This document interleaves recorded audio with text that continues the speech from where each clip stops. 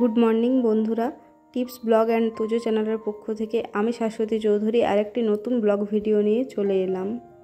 আশা করি আপনারা সবাই ভালো আছেন আর আমরাও খুব ভালো আছি।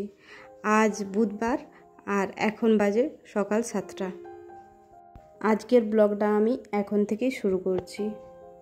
যদিও গ্রীষ্মকালের সকাল 7টা মানে অনেক বেলা, তাও আজ একটু ঘুম থেকে উঠতে দেরি হলো। আসলে শ্বশুরবাড়ি যখন আসি না তখন মনে হয় একটু রেস্ট পেলাম। বাঁকুড়াতে যখন থাকি তখন তো সেই ভোরবেলায় উঠে তোড়জোড় করে সকাল সকাল কাজে লেগে পড়তে হয়, আর বাড়ি এলে অথবা বাবার বাড়ি গেলে তখন মনে হয় যে একটু রেস্ট পেলাম, তাই একটু বেলা করে উঠি। শ্বশুরবাড়ি মানেই যে সকাল সকাল ঘুম থেকে উঠে কাজে লেগে পড়তে হবে তার কোনো মানে নেই।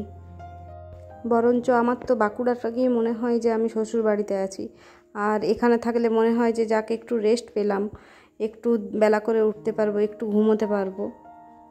শাশুড়ি মা বলেন যে এখানে এখন এসেছো তো এখানে একটু রেস্ট করো, অত ভোর ভোর উঠে কি করবে, সকাল সকাল অত উঠে তো কাজের কোনো চাপ নেই এখানে, তাহলে এখন একটু রেস্ট করো, এখন একটু দেরি করেই ঘুম থেকে উঠো, কোনো অসুবিধা নেই। কিছুদিন মর্নিং স্কুলে ওই ভোরবেলায় উঠে এখন দেখছি 5টার সময় নিজের থেকে ঘুম ভেঙে যাচ্ছে। এখন আর ফোনের অ্যালার্মের প্রয়োজন হয় না। এখানে এসে ভোরবেলায় ঘুম ভাঙলেও বিছানা ছাড়ছি সেই 7টার পরে, কেননা সেই টাইমে একটু এডিটিংয়ের কাজটা করে নিই, তাহলে দুপুরবেলায় অতটা তাড়া থাকে না। সকালে উঠেই প্রথমে রুমটা ঝাড় দিয়ে নিলাম, কারণ এই ধারের রুমগুলো তো বন্ধ থাকে, তাই রেগুলার পরিষ্কার করা হয় না, প্রচুর ধুলো জমে থাকে। আর কালকে এসেছি কিন্তু কালকে অতটা সময় হয়নি, যেহেতু মঙ্গলবার ছিল, তার উপরে উপোস করেছিলাম, অতটা এনার্জিও পাইনি যে এসে পরে রুমগুলো অত ভালোভাবে পরিষ্কার করতে পারবো। তো আজকে সকাল থেকেই ওই জন্য ঘর পরিষ্কারের কাজে লেগে পড়েছি। আর এদিকে বেটুটাকেও উঠালাম, তো ও কিছুতেই উঠতে চায় না। ও বলে যে মা স্কুল তো এখন নেই, এখন একটু ঘুমাতে দাও। তো এখন ঘুমাতে যদি দিই 9টা পর্যন্ত, তাহলে অভ্যাসটা আবার খারাপ হয়ে যাবে। যদিও এখানে বা ওর মামা বাড়ি যদিও যায়, তাহলে ওর পড়াশোনাটা টোটালি বন্ধ থাকে, কারণ এখানে সব দাদা দিদিদের সাথে দেখা হয় অনেক দিন পরে, তাহলে আর পড়ানো হয় না। সকাল দিকে যদি টাইম পায় তখন একটু বসায়, আর সন্ধ্যের দিকে যদি ওর বাবা টাইম পায় তখন ওর বাবা একটু বসায়, নইলে টাইমই হয় না। রুমটা ঝাড় দেওয়া হয়ে গেছে, এবারে আমি এই সন্ন্যাসী তলার এখানটা ঝাড় দিয়ে নিচ্ছি, কারণ দেখছি প্রচুর বেলগাছের কুড়ি পড়ে আছে। বাইরেটা ঝাড় দেওয়ার পরে রুমে চলে এলাম বেডশিটটা পরিষ্কার করতে। আর এদিকে যে বালাপোষগুলো দেখছেন, এদিকে একটা বেঞ্চ দেওয়া আছে, তাই এই সাইডে বেঞ্চটার সাথে গদিটা অ্যাডজাস্ট হয়নি, ওই জন্য এইভাবেই আমাকে সাইডে বালাপোষ নইলে লেপ এগুলো দিয়ে পরে রাখতে হয়েছে, উঁচু করতে হয়েছে। আর আমার এটা বিয়ের ডিভান, তো ডিভানের মাপটা একটু ছোট, সেই সময় বুঝতে পারিনি ডিভানের মাপটা ছোট, তার জন্যে ওই সাইডে পরে একটা বেঞ্চ করাতে হয়েছিল বেটু হওয়ার পরে।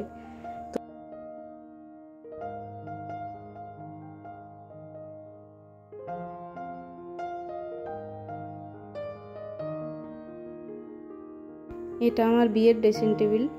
তো ড্রেসিং টেবিলে সাজুগুজুর জিনিস বাদ দিয়ে মোটামুটি সব কিছুই থাকে, এখানে তো থাকা হয় না, তার জন্য এই ড্রেসিং টেবিলটা ইউজ করা হয় না। তো তার উপরে আমাদের বাড়িটা একদম মেন রোডের সাইডেই, ওই জন্য বেশি একটু ধুলো জমে। আর আমার রুমটা তো একদম ওই রোডের পাশেই, রোডের পাশে একটা ব্যালকনি আছে, তার পাশেই আমার রুমটা, এই জন্য আমার রুমে একটু ধুলোটা বেশিই পড়ে। আর যাদের রোডের ধারে বাড়ি তারা খুব ভালোভাবেই জানেন যে রোডের ধারের বাড়ি মানে এক তো গাড়ির হর্নে ঘুমোতে দেয় না, তার উপরে এই যে ধুলো, এত ধুলো বাপরে, পরিষ্কার করেও শেষ হয় না। সকালে পরিষ্কার করলে আবার বিকেলে দেখি ধুলো হয়ে গেছে। তো স্নান করে সোজা চলে এলাম রেডি হতে।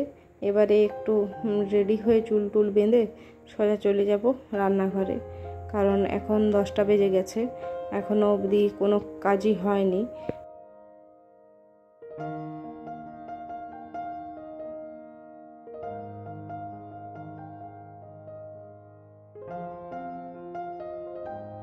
স্নান করে সোজা চলে এলাম ঠাকুর ঘরে প্রণাম করতে। আর এদিকে দেখি মায়ের ফুল তোলাও হয়ে গেছে। মা অবশ্য প্রতিদিন সকাল সকাল উঠে পড়ে ফুল বেলপাতা এইগুলো তুলে দেয়। বেলপাতাটা যদিও বা আমাদের লবুদা তুলে দেয়, লবুদা বলতে আমাদের বাড়িতেই থাকে। আর ঠাকুর ঘরে এসে দেখি আমাদের গোপাল সোনাও ঘুম থেকে উঠে গেছে এবং সে বসে আছে, একটু পরে ওর মা ওকে স্নান করাবে। এই যে আমাদের গোপাল সোনা, মুখটা দেখে এত মায়া মায়া মুখ যে দেখেই চোখে জল চলে আসে। সব সময় যেন একটা হাসি মুখ, আর ওর মুখটা দেখলেই সব কষ্ট ভুলে যায়। তো গোপালের স্নান করা হয়ে গেছে, ওর মা দেখছি ওকে বেশ ভালোভাবে মুছিয়ে দিচ্ছে। এটি আমার ছোট যা। এই দিদি আমাদের গোপালের সেবা করে, আর এই দিদি গোপালকে নিয়ে এসেছিল বৃন্দাবন থেকে, মানে ওই ফোন করে বলেছিল, ওনারাই পাঠিয়ে দিয়েছিল গোপালকে। সে গোপালের আমাদের বাড়িতে আসা আর এক অন্য কাহিনী, সেটা আরেকদিন সময় হলে আপনাদের বলবো। আর যদি জানতে চান কেউ তাহলে কমেন্টে জানাবেন, তাহলে খুব তাড়াতাড়ি গোপালের গল্পটা একদিন শেয়ার করব। গোপালও থাকে কোয়ার্টারে সাঁওতালটিতে। ও এখন এসেছে বাড়িতে মঙ্গলচণ্ডী উপলক্ষে।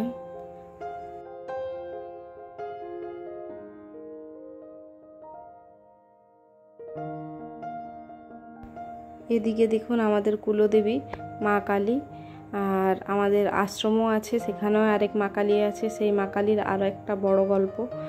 এখন যে মা কালীর মূর্তিটা দেখলেন, সেই মা কালী দিয়েছিল স্বপ্ন আমার হাজব্যান্ডের বাবা, মানে আমার হাজব্যান্ডের দাদুকে স্বপ্ন দিয়েছিলেন, আর সেই স্বপ্নাদেশ পেয়েই দাদু নিয়ে এসেছিল এই মা কালীকে। সেই গল্প আরেকদিন খুব ভালোভাবে শেয়ার করব। এবং আমাদের মা কালী কিন্তু খুবই জাগ্রত, দুটি মা কালী, এক রটয়ন্তী কালীমা আর এই বাড়ির আরেক কালীমা, খুবই জাগ্রত। আর তার সাথে সাথে আমাদের বাড়ির গোপাল, সেও খুব জাগ্রত। আর মোটামুটি সব ঠাকুরই আছে আমাদের বাড়িতে, এবং প্রত্যেকটা পুজোতেই আমাদের বাড়িতে ধুমধাম করে পুজো হয়। লক্ষ্মীনারায়ণ, মা মনসা, আর এই সমস্ত ঠাকুরের সেবা করেন আমার শাশুড়ি মা এবং শ্বশুরমশাই দুজন মিলেই। এদিকে দেখুন আমাদের গোপাল সোনা স্নান করে সাজুগুজু করে একদম রেডি হয়ে গেছে। তো ঠাকুর প্রণাম করে আমি চলে এলাম রান্নাঘরে। এদিকে রান্নাঘরে দেখি যে দীপু, মানে আমার হাজব্যান্ড, সকাল সকাল গিয়ে এই যে কচড়া কিনে নিয়ে এসেছে, ও বেশ পছন্দ করে। আর শাশুড়ি মা ফোনে কথা বলতে বলতে একদিকে বুটিনে করে কচড়া কাটছে, আর এদিকে আমার হাজব্যান্ডও মাকে সাহায্য করছে। যদিও আমার হাজব্যান্ড খুব সাহায্য করে শাশুড়ি মাকে, এবং আমাকেও করে। আর এদিকে সকাল সকাল দেখছি যে চিংড়ি মাছ নিয়ে চলে এসেছে, আর আমাদের লবু দাদা চিংড়ি মাছগুলো পরিষ্কার করে দিচ্ছে। আর এদিকে নিয়ে এসেছে বেশ বড় বড় মাছ। বরাবরই মাছটা হয় আমাদের বাড়িতে, আর মাছ এলে প্রায় 3-3.5 কিলোর উপরে মাছ আসে। আর এতগুলো মাছ ভাজতে ভাজতেই দিন শেষ হয়ে যায়। তো এদিকে আমি বাবার জন্য জলখাবারের জন্য কয়েকটা রুটি করে নিচ্ছি, কারণ জলখাবারে এখনও রুটি বা সবজি কিছুই করা হয়নি, তার জন্য বাবার জন্যে কয়েকটা রুটি করে নিচ্ছি। বাবা সকালবেলায় যেহেতু জলখাবারে রুটি খায়। আর রুটিটা হয়ে যাওয়ার পরে এদিকে চিংড়ি মাছগুলো বসিয়ে দিলাম, কারণ বেলাটা অনেকটা হয়ে গেছে, আর চিংড়ি মাছগুলো বেশিক্ষণ রাখলে নষ্ট হয়ে যাবে। আজ আপনাদের সাথে শেয়ার করব আমার শাশুড়ি মায়ের হাতের স্পেশাল রান্না, মাছের বাটি ফুটা। মানে এই সাইডে এই মাছের বাটি ফুটা বলেই এই পদটা পরিচিত। বিয়ের প্রথম যখন আসি, মানে বিয়ের প্রথম যখন শ্বশুরবাড়িতে এসে দেখি যে বলে যে আজকে রান্না হবে মাছের বাটি ফুটো, আমি তো আর বুঝে উঠতে পারি না যে মাছের বাটি ফুটা এটার মানেটা কি। আমি তো ভেবেই পাচ্ছিলাম না। প্রথমে ভাবছিলাম যে বাটিটা কি ফুটো করে তারপরে মাছ রান্না করে, না বাটিটা ফুটিয়ে দেয়, কিভাবে করে, এইরকম আজগুবি চিন্তা করছিলাম। আর আমার মাথাতেও আসেনি যে এইভাবেও একটা এত ভালো রান্না হয়। তো এটা রান্না করবে মা, তাই আমি কাজটা একটু এগিয়ে রাখলাম। এখানে সর্ষেটা আগে বেটে নিয়েছি, আর সর্ষের সাথে দিয়েছি 4টা কাঁচা লঙ্কা, রসুন দিয়েছি 5 কোয়া, আর তার সাথে দিয়েছি নুন। কারণ নুন, কাঁচা লঙ্কা, রসুন দিয়ে বাটলে সর্ষেটা তেতো লাগে না, আর যদি শুধু বাটা হয় তাহলে কিন্তু সর্ষেটা খুবই তেতো লাগে। এবারে ওই সর্ষেটাকে খুব ভালোভাবে জল দিয়ে, মানে জলের পরিমাণটা একটু বেশিই দিতে হবে, লিকুইড করে ওটা ছেঁকে নিতে হবে যাতে ছালগুলো না থেকে যায়। তো খুব ভালোভাবে ছেঁকে নিতে হবে। আর এই কালো সর্ষের ছালটাতে না খুব ক্ষতি করে, এমনকি গ্যাস অম্বলেরও সমস্যা হয়। সেই ক্ষেত্রে যদি সর্ষে দিয়ে রান্না করি বা কালো সর্ষে দিয়ে রান্না করি, তো এমনি জল দিয়ে বেশি করে জলের পরিমাণটা বাড়িয়ে যদি ছাঁকনিতে করে ছেঁকে নিই, তাহলে কিন্তু গ্যাস অম্বলের সমস্যাটা হবে না। তো এখানে প্রথমেই সর্ষের জলটা দিয়ে দিল, তারপরে দিয়ে দিল বেশ কয়েকটা কাঁচা লঙ্কা, আর তার উপরে দিয়ে দিল টমেটো। এবারে দিয়ে দেবে এটাতে পেঁয়াজ কুচি। খুবই সহজ একটা রান্না, কিন্তু আমরা অনেকবার চেষ্টা করেছি, আমরা মায়ের যে বাকি বৌমারা আছে তারা অনেকবার চেষ্টা করেছে, কিন্তু মায়ের মতো হাতের স্বাদটা কেউ আনতে পারেনি আজ পর্যন্ত। তো তারপর দিয়ে দিল পরিমাণ মতো নুন এবং হলুদ, আর লাস্টে দিয়ে দিল কাঁচা সর্ষের তেল। সর্ষের তেলটা অবশ্যই একটু বেশি লাগবে, কারণ এখানে মাছগুলো তো ভাজা হচ্ছে না, তো কাঁচা মাছে যাতে গন্ধ না হয় ওই কারণে সর্ষের তেলটা দেওয়া হলো। এবারে কড়াইটা গরম করে অল্প কালো জিরে ফোড়ন দিয়ে তারপরে একটু কাঁচা লঙ্কা ফোড়ন দিল, আর সেই কাঁচা লঙ্কাটার কালো জিরেটা যখন একটু লাল লাল হয়ে আসবে তখনই দিয়ে দিতে হবে ওই যে গ্রেভিটা যেটা মা রেডি করে রেখেছিল সর্ষে মাখিয়ে মাছটা, সেই মাছটা এখানে দিয়ে দিতে হলো। বাস হয়ে গেল। এবারে এটা ফুটলে, কিছুক্ষণ ফুটলেই বোঝা যাবে যে মাছটা সিদ্ধ হয়েছে কিনা। মাছটা সিদ্ধ হয়ে গেলেই হয়ে গেল। এত ইজি রান্নাটা, কিন্তু খেতে অপূর্ব। কখনো বাড়িতে একবার ট্রাই করে দেখবেন। একবার যদি এই পদটা রান্না করে খান তাহলে আর মনে হবে না যে মাছকে ভাজাভাজি করে আরও সেটা রান্না করি। এত সহজভাবে এত টেস্টি একটা রান্না হয়। আমি তো বিয়ের আগে খাইনি, বিয়ের পরে প্রথম এখানেই খেলাম। আর খাওয়া দাওয়া করতে করতে দেখলাম ঝড় উঠে গেছে খুব, একদম মেঘ ঘন কালো হয়ে এসেছে, তার উপরে প্রচণ্ড ঝড়, আর বইছিল একটা ঠান্ডা ঠান্ডা হাওয়া।